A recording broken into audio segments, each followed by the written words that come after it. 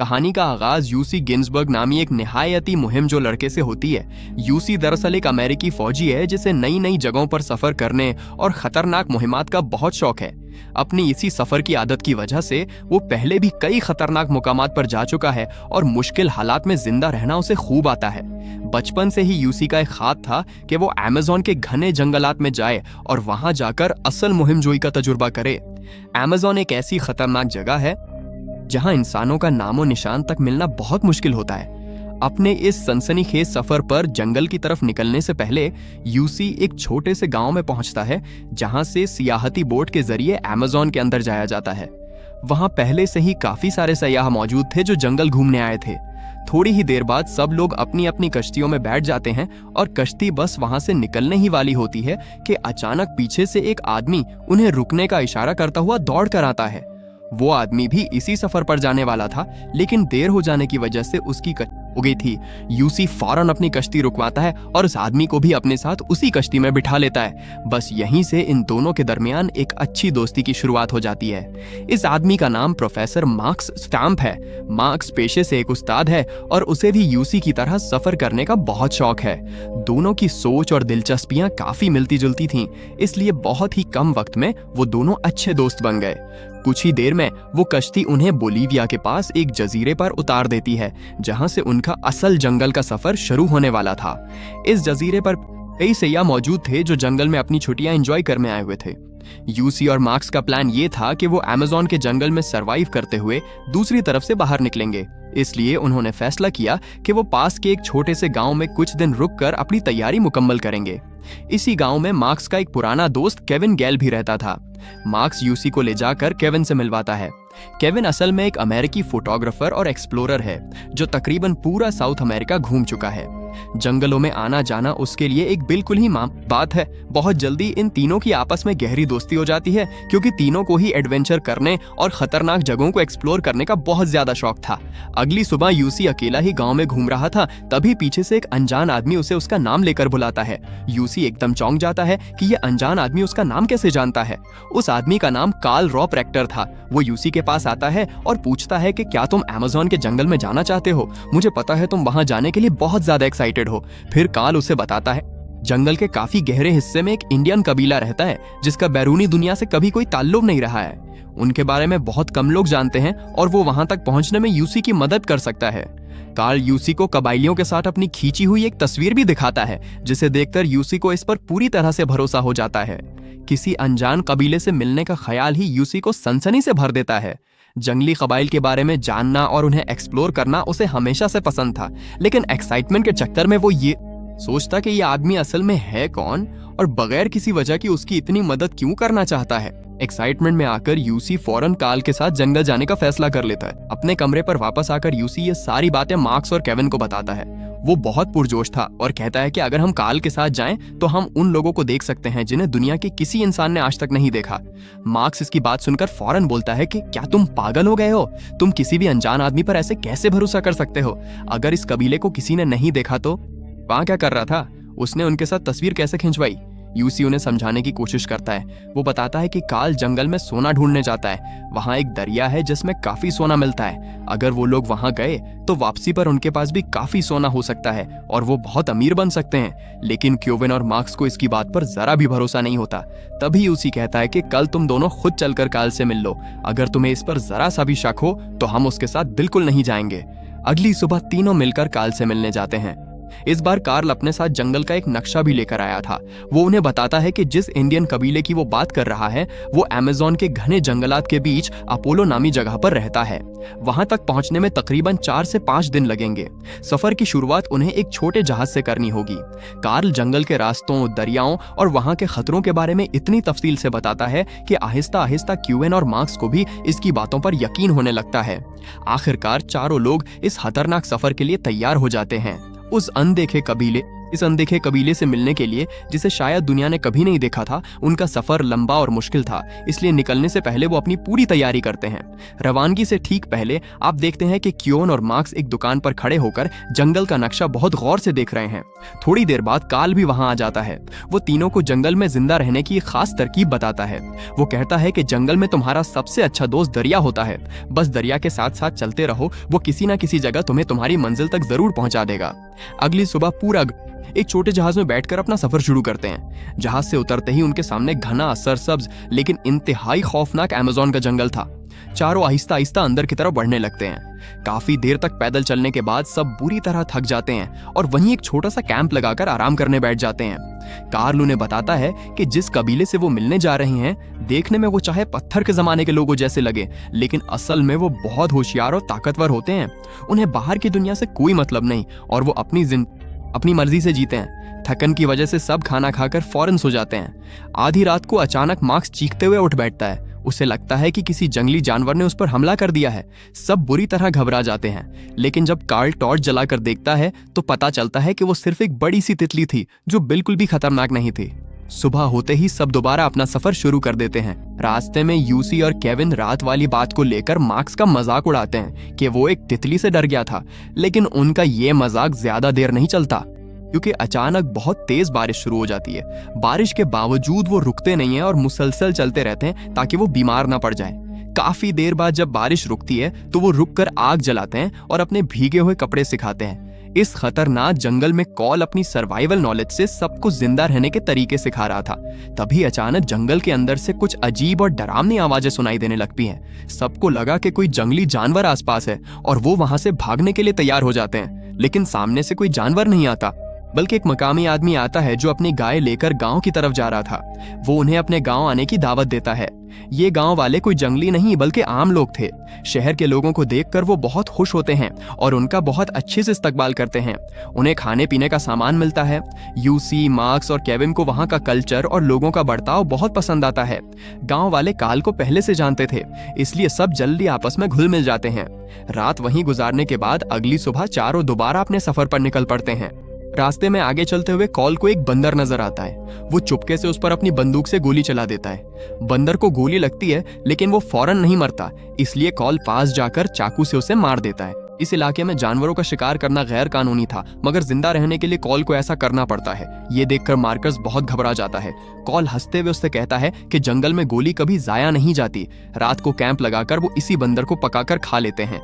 जंगल में आए हुए उन्हें अब 3 दिन हो चुके थे। मुसलसल चलने की वजह से मार्क के पैरों की हालत बहुत खराब हो गई थी और उसे चलने में बहुत दर्द हो रहा था। जूते उतारने पर पता चला कि उसके पैर बुरी तरह जख्मी हो चुके हैं। कॉल फौरन अपने बैग से दवा निकालकर उसके पैरों पर लगाता है। इन्हें ठीक होने में कम से कम 3-4 दिन लग सकते थे, इसलिए कॉल मशवरा देता है कि कुछ दिन यहीं रुककर आराम करना बेहतर होगा। लेकिन यूसी और क्योन किसी भी हालत में वहां रुकना नहीं चाहते थे। दोनों इस कबीले से मिलने के लिए बहुत पुरजोश थे और क्योन तो अपने आर्टिकल में उनके बारे में लिखना भी चाहता था। यूसी एक नया आइडिया देता है कि अगर हम एक राफ्ट बनाकर दरिया के रास्ते आगे बढ़ें तो हमारा सफर जल्दी मुकम्मल हो सकता है। कार्ल इस बात से साफ इनकार कर देता है और समझाता है कि अभी दरिया पुरसुकून नजर आ रहा है, लेकिन थोड़ा आगे जाते ही बहाव बहुत तेज हो जाता है। वहां राफ्ट में जाना मौत को दावत देने के बराबर है। वो मजाक में कहता है कि वो मछलियों का खाना नहीं बनना चाहता, लेकिन यूसी और केविन अपनी जिद पर कायम रहते हैं। काफी लंबी बहस के बाद आखिरकार वो दरिया के रास्ते जाने के लिए तैयार हो जाते हैं। तीनों मिलकर लकड़ियों से वो राफ्ट तैयार करते हैं और उस पर अपना सफर शुरू कर देते हैं। कार्ल अब भी उन्हें आने वाले खतरात की वार्निंग दे रहा था। शुरुआत में सफर मजेदार लग रहा था, लेकिन कुछ ही देर में पानी का बहाव बहुत तेज होने लगा। कार्ल फौरन वार्निंग देता है कि अगर अभी दरिया से बाहर ना निकले तो जान खतरे में पड़ सकती है, मगर यूसी और केविन अब भी जिद करते हैं कि आगे बढ़ना चाहिए। तेज बहाव की वजह से राफ्ट का तवाजुन बिगड़ने लगता है। इसी बात पर कार्ल और क्यूवन के दरमियान बहस शुरू हो जाती है। आखिरकार कार्ल जबरदस्ती राफ्ट को किनारे की तरफ मोड़ देता है, क्योंकि आगे हालात बहुत नाक थे। किनारे पर पहुंचकर वो कैंप लगा लेते हैं। कार्ल फिर वार्निंग देता है कि आगे दरिया का बहाव और भी ज्यादा खतरनाक है, इसलिए सुबह उन्हें जमीन के रास्ते ही आगे बढ़ना चाहिए।